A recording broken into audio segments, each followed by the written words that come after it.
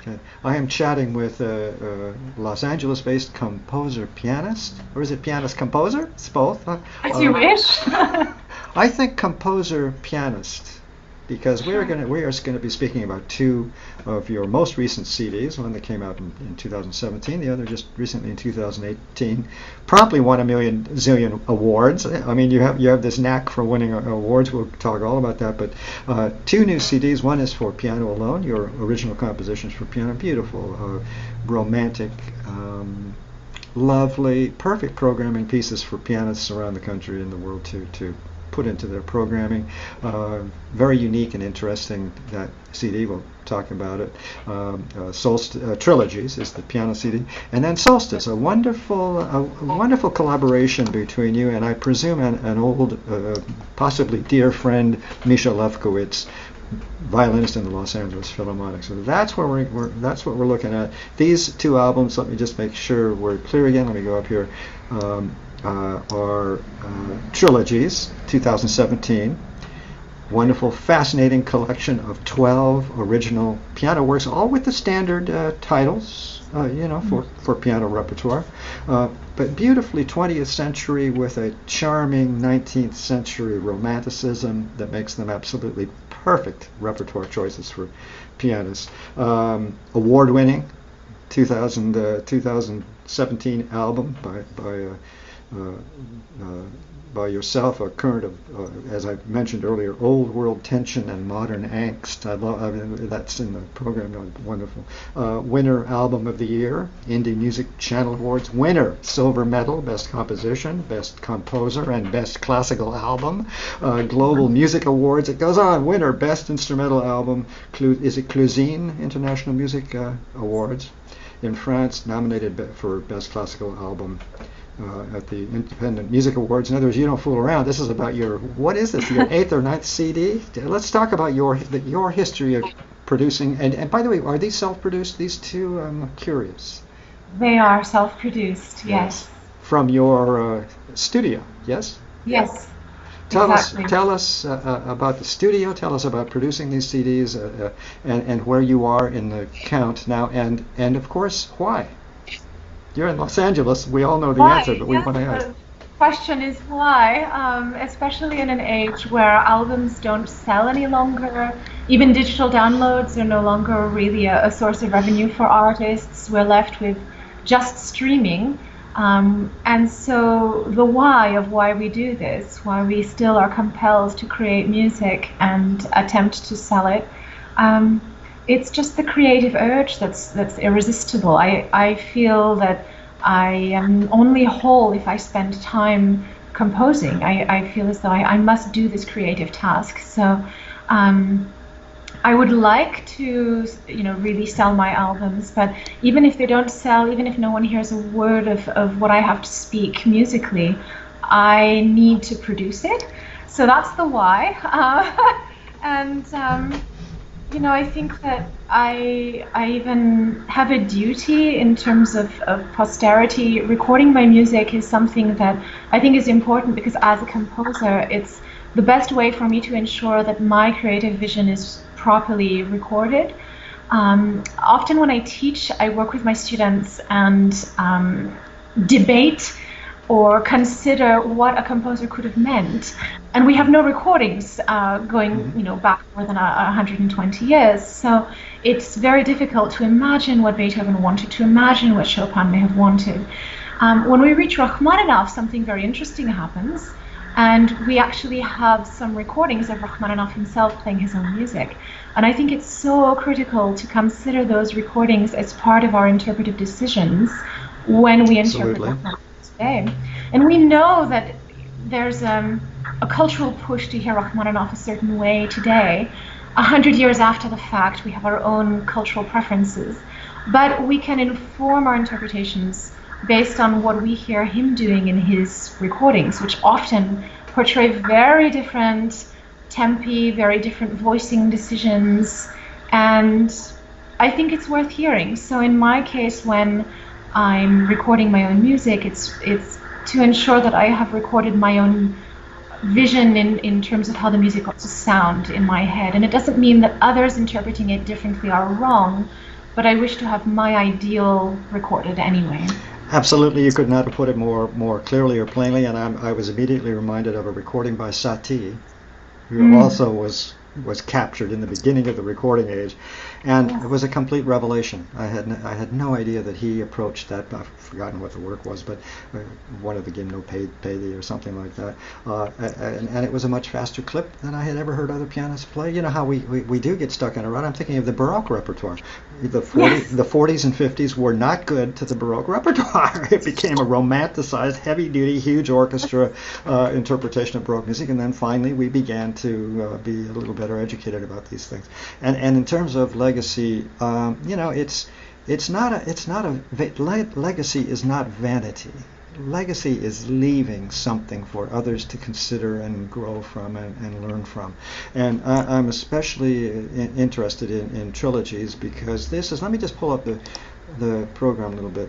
And then we're going to move on to Solstice, which is even more interesting, the 2018 CD. But I mean, from looking at the surface, just the surface of Trilogies, it's a piano CD of your original work, and the movements are, Petite Valses, Nocturnes, Fantasies, Preludes, and the forms are all there. Everything is beautifully follows the usual term. And they also are, in a way, a kind of homage. Correct me if I get in trouble here, but a kind of homage to the romantic something. It's not just romantic style of composition. It's something romantic that transcends even an age. And I guess what I'm trying to say is it also has this beautiful contemporaneous sort of. There are some wonderful use of harmonies that are contemporary harmonies. So nothing crazy, nothing to get us out of this wonderful mood. Tell me how do you conceive music? You write a lot of music, but for example, in the case of Solstice, and then we'll move on. In Trilogies, the piano CD. How'd you organize that CD? You must have had some choices to make. I did. I had gradually been building up repertoire in the order of the Fantasies and the Nocturnes. And I had a couple of preludes, and I had been writing loosely around the romantic forms for a long time. So I had been building up some repertoire, and I realized I was not far from having 3 of each of these styles, and I thought, that must become an album in itself. So it was just coincidence. I had built up the repertoire, and slowly it dawned on me that I had almost everything I needed to put together another album. So it was coincidence. I will surely do this again, however, because it gives a really nice structure to a CD, while, as you say, paying homage to the beauty of Romanticism as a genre. And also you have created with these pieces, I believe there are 9 piano pieces that we talked about off camera. These are gorgeous, beautiful pieces of repertoire that pianists should have a look at. Everybody's always hunting for repertoire, for something new and fresh, and then they say, that's too contemporary, or the audience might like it. These pieces are gorgeous. I mean, just pure and simple. Gorgeous.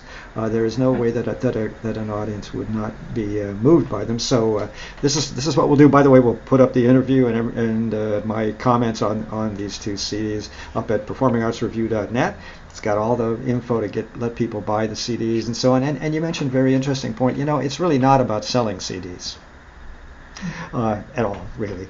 But CDs make a lovely calling card. A rather expensive calling card, but still. Most expensive one you'll ever buy, for sure. But how else can a musician express whom she is without something in that format? So yes, I agree. Sometimes I look at this whole situation with CDs and so on. We all know that I don't have room anymore. Pretty soon I'm going to run out of space, period, let alone just keeping it on. And in your case, remember, I received your 2 CDs electronically. That's all wonderful. But the need is going to always be there, sort of like writing a novel. And the music is always going to be of interest. And I've been doing this for a couple of years now, reviewing artists all over the world who put out CDs. And there's a silly thing going on, which is to say that if a CD is over 2 or 3 years old, it's somehow of no worth at all, whatever, and that's crazy, is it not? You have, for example, how many CDs are you? What's your count just now? And then I'll ask you later about what's coming up. Trilogies was my third piano solo album. My first album was actually a collaboration with a German composer called Stefan Benneking. So we sort of collaborated on that, where he wrote sections, and as I was learning the pieces to record them, I would make edits and we'd go back and forth. So that was really a collaborative effort. Yeah. And then I produced 2 albums of completely my own compositions. My second piano solo album is Celebrations and Commemoration. I composed everything, but I only performed about half the repertoire. The other half was performed and recorded by a Spanish pianist, Carlos Marquez.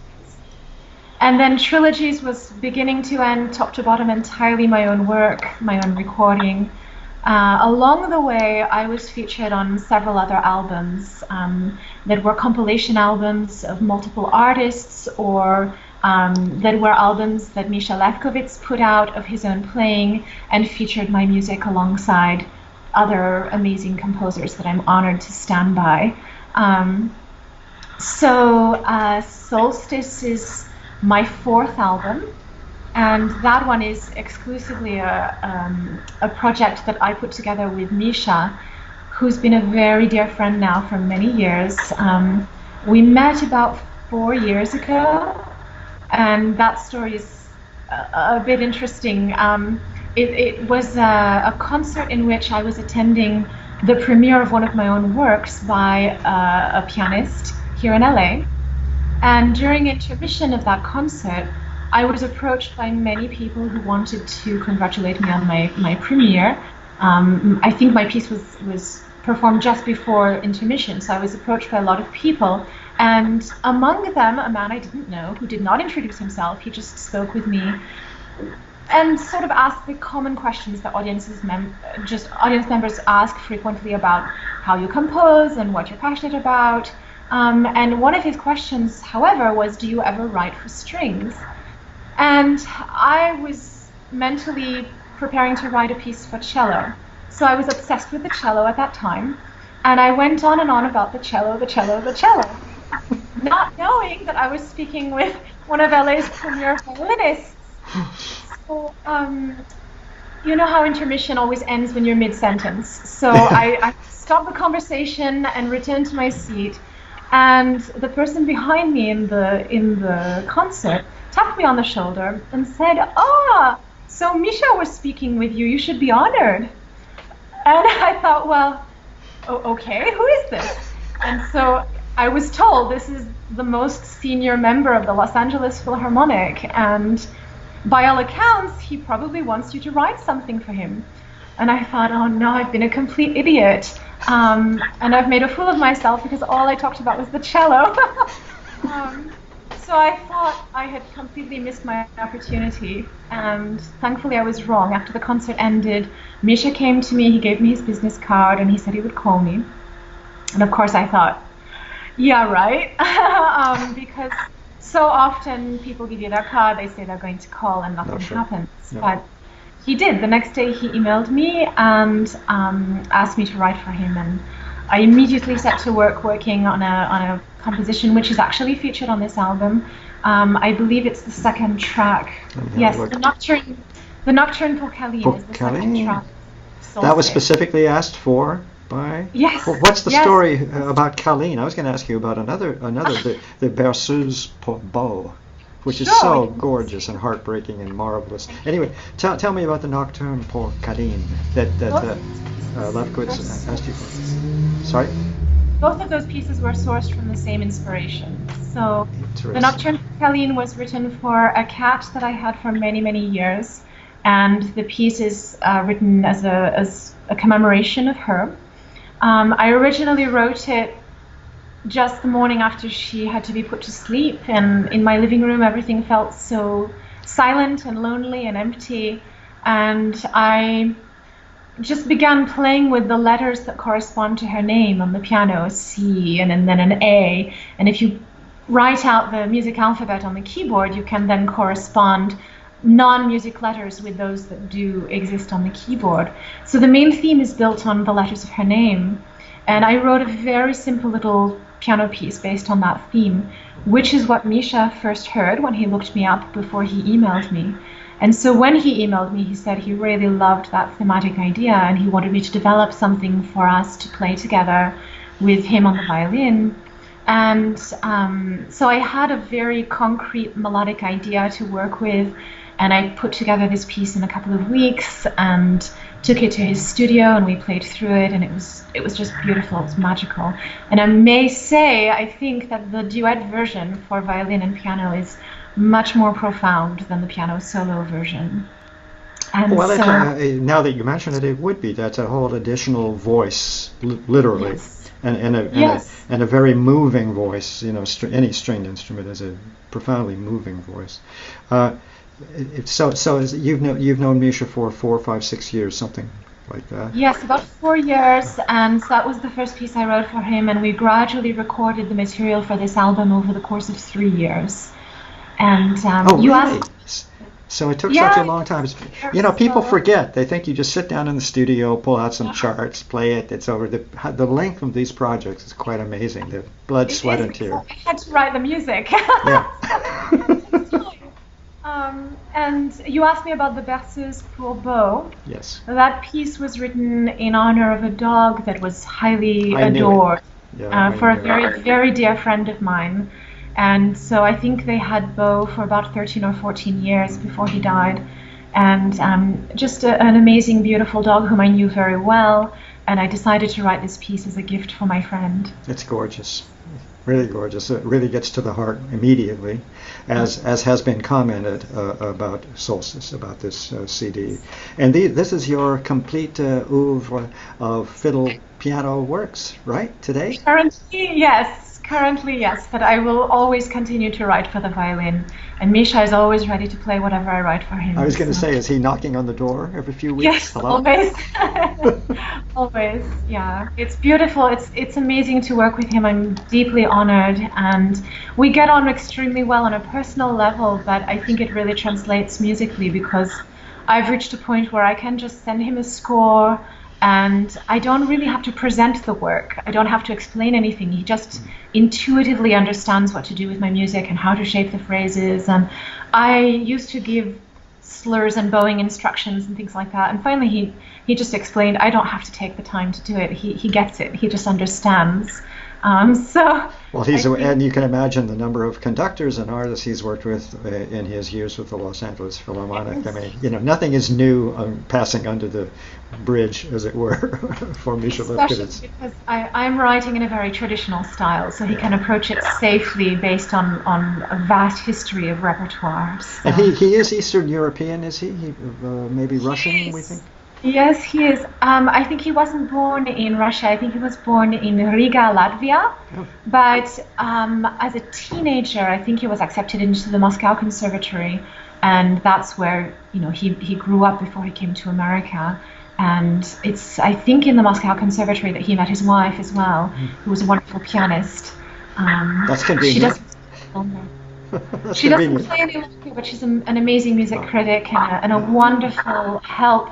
From a production standpoint, Mischa and I co-produced this album, but she was a very reliable pair of ears and a very good advisor as we recorded. And by the way, Solstice, here we go. I mean, it seems as though you put out Solstice about 3 days ago, but nevertheless, Best Classical Recording in 2018 at the Clusin International Music Awards. 2018 Global Music Awards silver medal winner, and so on. You got the touch. You got the touch, obviously. We touched on it a little earlier. You are director of Music Vision Studios, where you teach young people and you do hosts of other things. I assume. Give me a little overview of Music Vision Studios, but also I just want to say, if there was ever a moniker that suits you, it's Music Visions. Oh, so it's a wonderful wonderful pairing. What is a day in the life? Administrative tasks first thing in the day. A lot of emailing, returning phone calls, lesson planning. And then I teach in the afternoons, and then dinner, exercise, and composition at the end of the day. So I often sit down to compose at about 10 p.m., which is why so many of my pieces are nocturnal, fixated on the night and fixated on lack of sleep and loss of sleep, because it's the state I'm in when I'm writing. But it's just who I am. I'm much more creative at night than during the day. And so you're obviously an entrepreneur. All of your career, I think it's safe to say. and you've just described beginning composition at 10 in the evening. I do manage to stay up until about 1 or so, but my brain is pretty much dead by about 10. I'm just cranking process in the late hours. What was I going to say? So I would suggest that it might be a good thing to write when your active mental state is too tired to get in the way. I think allowing the subconscious to come through is really worthwhile. And you speak to it a lot in your compositions. You speak to subconscious things, to some very heavy ideas, and that's very, very interesting. I know other composers who channel somehow. I mean, they tell me that they just sort of allow stuff to happen. They just, it just comes out of their deep subconscious. And I think, if I understood you correctly, you're saying, you're by that hour of the evening, the day-to-day mechanisms have run down and worn out, and your subconscious, your other life, your dream life, your vision life is allowed to come forward. Is that kind of how I got that? Very well put. Yes. That's wonderful. Wow. Let's see. What else was I going to ask you? Well, I was going to ask you about your philosophy, for lack of a better word, but I think we've almost gotten there. It's about how to get on in this world as an independent personality and a survivor. Does it come? Tell me. Is it from your family? Is it from some? You know what I'm trying to say? Is there something in your life that has helped, been a model to let you carry on?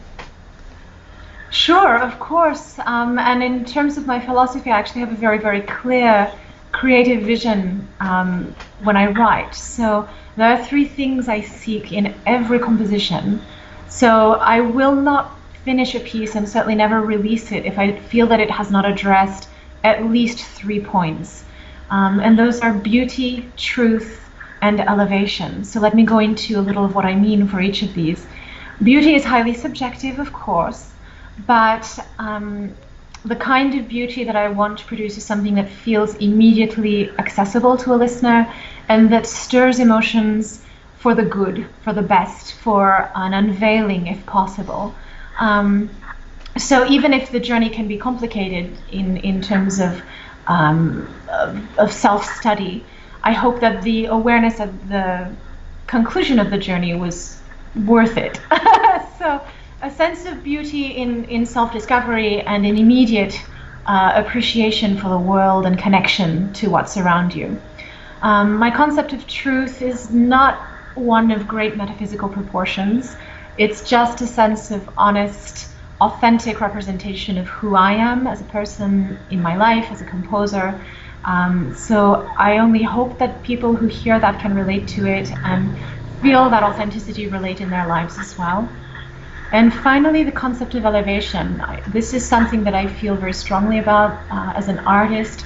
Independently of making music, I think that creators have a duty to elevate those around them. It's just my personal philosophy of a sense of social responsibility. That's how I feel I can give back in the world.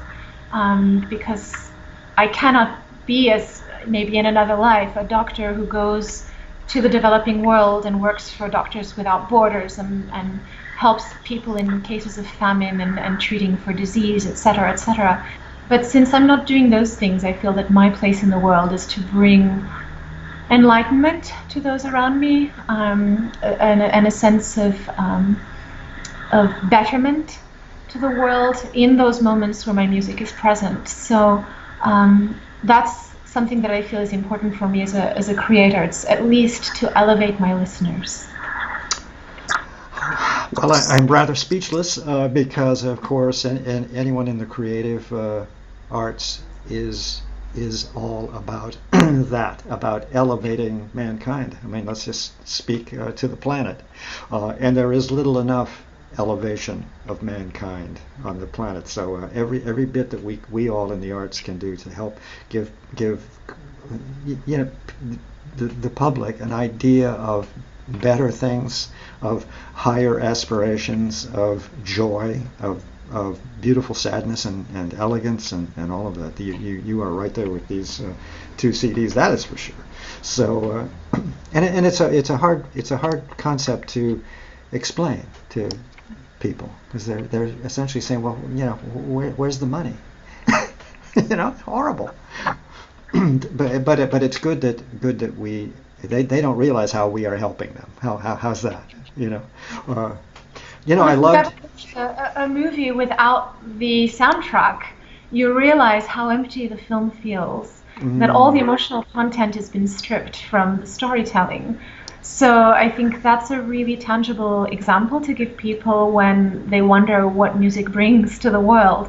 There's a really beautiful quote by Leonard Bernstein, and I don't remember it, so I'll paraphrase. It's something about how music will never stop a war, but if it connects us to our humanity, it might help us end the war. Here, bravo. Here's a little program note I want to read from Solstice that I think helps describe where you are coming from, as you have just also very elegantly described.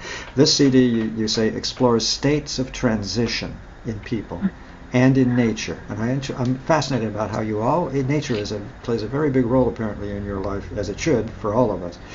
People experience myriad transitional and often ambiguous emotional states. We do, every day even. This album, you say, explores an intersection of the conscious mind and the subconscious, while caught in dreams, memories and longing. Now that's pretty heavy duty, but I think it also is perfectly understandable to just about everyone. We all have dreams. We all lose ourselves in memories, and you explicate. I don't know if that's the right word. Excuse me. Through sound, these ideas and these narratives. And it's funny you mentioned narrative, because both of these CDs are extremely narrative. I have no idea what I've just said. What is a berceuse? It's a form, it's a style. It's, in this case, it's a memory of a beloved animal. But that in itself is a narrative. So, and I think we've been there already. Actually, I'm going down my list of questions. But something about this backstory. I guess what I really want to know, and I'm not sure you've told me yet, and you may tell me that you don't wish to tell me, but I'm wondering about your family, your parents, your where is tell me a little of or is there, or has there been a structure in your family that has made you who you are? Oh, well, entirely, and I suppose that's the case for everyone. We are a product of our surroundings and how we were raised. My parents, my mother is French, my father is Greek. They're very attached to history and tradition. And I think that I grew up in a household that didn't celebrate popular music. On the contrary, we were surrounded by opera, classical symphonies, and if something was popular music, then they were folk songs from France or Greece with traditional instruments. So I grew up in a family that celebrates sort of the ancient traditions of music more than the contemporary world, and that clearly informs my own tastes today. And I don't mean to disrespect contemporary music at all. I think that popular genres have a lot to say and can be very profoundly moving. And certainly from a financial standpoint, they're outstripping anything classical repertoire could ever hope to make. But doesn't matter. It's junk. It'll be gone soon enough. Oh, I think that there is value in music, even if it's not classical, even if it's not from a film score. It's just that it has to be relatively simplified to speak to a very broad audience. And classical music is typically, or by tradition, very complicated, and that can be very alienating to people who don't understand or haven't been instructed in the classical listening. So one of the things I think about a lot as a teacher, as I teach my students piano and composition, etc., is that I'm very aware that I am basically educating the audiences of the future. So of course I love my advanced students who can hope to become performing artists, but that's not the goal of my teaching. My focus should be on educating people to love music first and foremost, and then to have a personal relationship with it, a tangible relationship with an instrument that will help them appreciate the awe-inspiring things that are done by amazing concert artists, and hopefully support those artists so that we can have thousands of audience members for one performing artist, and therefore one person can live off of the enjoyment that they're giving thousands of others. You have just spoken very elegantly to your and other teachers' role in our society, teachers of all kinds, teaching, elevating, but particularly in your case, in terms of music, the truth is the academies and conservatories are cranking out fabulous musicians right, left, and center. I don't want to bum us out here, but there's a point where there just are no jobs. So it's really not about making everyone a concert artist, but it's about making sure that if you can, that you've had an effect on people who will become surgeons or even generals or historians, so that they have a broad appreciation and interest in this highness, this beautiful elevating thing called music. And music and sound is probably one of the most invasive art forms. You can't the brain really can't get around it. You can't walk away from a painting. You can walk away from a painting or close a book, but music is there. It gets right into the hypothalamus or something. So it's a tremendous duty in music and all the arts to help people have a better life. I'm sure you would agree with me that, and it may sound snooty of me. By the way, I didn't mean to put down other forms of music. In my old age, I'm so curious. I'm so much more curious than I was when I was a young whippersnapper conductor. I have a much greater appreciation for any creative process. Any creative process, good, even bad, whatever. If someone is really involved in some kind of creative avenue, that is always good. Period. I wanted to ask about, because based on my experience with you of the past year or so, every time I'm going to turn around, have a glass of wine, and you'll have your next CD ready out. What's going on in the next year or so? Certainly there's a chart. What's up? There is another album in the works. You're absolutely correct. This next album will be very different from my prior albums. This will be the first album on which I do not play. I'm producing and I wrote all the music, but I'm not performing on this one. It's going to be an album of French art songs. I've got the amazing Grammy-winning soprano Hila Plitman, who called me in April, just after the Trilogies won Album of the Year at the Indie Music Awards. She called me and she said, "We've spoken about it and I've sung your music before, but this time let's really set a firm date. I want to do an album of your music." And I was so ecstatic, because Hila is one of the great muses for me. Whenever I see her perform, I come home and sit down and compose immediately. There's something truly transcendent in how she performs that inspires me very, very profoundly as a composer. So she had the idea to do this album.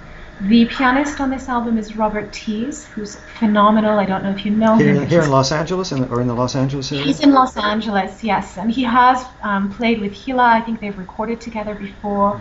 So he's the pianist. And then a couple of the pieces required another soprano. And for that, I brought my dear, dear friend, an exquisite lyric soprano. Her name is Sangeeta Kaur. And her voice against Hila's is the most just magical, exquisite combination of sounds. They blend in such a way that sometimes it's difficult to know who you're hearing. It's really, really beautiful. And we also had one track on the album that required cello. And for that, we had the amazing John Waltz, who's the principal cellist yes. of LA Opera. So you and I know we've never really met in person, but we know many people in the Los Angeles area. Composer Bruce Babcock, others, yes, artists yes, and composers. It's a very small world, and just to remind everyone watching, Los Angeles is a very busy place yes, and very talented. yes, And then yes. then the downside, all the competition and everything, but still, it's kind of healthy and exciting, yeah. Yes. How And in far? passing, I So, would like to say, Dan, I would love to meet you in person someday. oh, we will. I'll be down in Los Angeles. I'll be getting down there one of these days. We'll communicate. But it's interesting because the Los Angeles has kind of, in my lifetime, had maintained a sort of a bad rep in terms of its Really? classicism. And yet all the composers I'm meeting and interviewing that are composing film music or even video music, they're all creating wonderful art music as well. And they all are, Los Angeles just abounds in great talent and great musicians. John Walls, I've known for many years, and so many others. So, well, that sounds like that one's done. Are you already on for the next one after that? It's I already know everything that's going on the album after that. Yes, I do. I've been keeping a really crazy pace. It's been an album a year. So there will be this vocal album next year, and then I am anticipating another piano solo album the year after that. And So the vocal album next year sounds like a ready-made award winner for sure, based on the company you keep, let alone your I can composition tell you, skills. it's going to be breathtaking, absolutely gorgeous. It's recorded. I'm working with the recording engineer now on all the post-production. Yeah. And so then we have to plan the release, etc. So it may be 6 more months before it's out, but I'm so excited for that album. And it is a complicated process, just to remind all of those watching. You just don't say, hey, boys and girls, let's go sit in the studio and turn on the microphones. No. Lots and lots of preparation, lots of finding funding and so on. Yes. Yeah. And hours upon hours upon hours of recording and redoing and engineering and so my hat is always off to people that put out CDs. It's a tremendous discipline, tremendous, and I suppose glorious ordeal, because as we said earlier in the conversation, it's there forever. It's there forever. Well, hang on. Let me go up to the top and let's do just a quick run through. So at performingartsreview.net, I'll put in my little plug. I'm going to put up your page. We're going to discuss. We're going to have the video up there. The 2 CDs in question. I think I haven't quite figured it out, but I think I'll give each a separate page, something like that, and then we'll interconnect them somehow electronically with all the information for people to buy the CD and whatnot, but more importantly to have a look at this particular composer and her music. Wonderful, very, very romantic, very accessible, wonderful piano repertoire, and apparently there's another one coming up of more repertoire in a couple more years. This is stuff that, my email list is a lot of professionals in the country and Canada and so on. I'm trying to say, everybody have a look at these pieces. There's tremendous repertoire here that I had never had an experience with before. So, Danaë Vlasse, I think I got that one pretty good that time.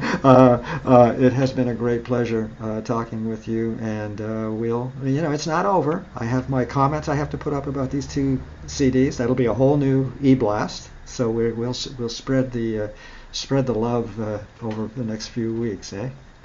Thank you so much, Dan. Thanks very much for your time. Bye-bye.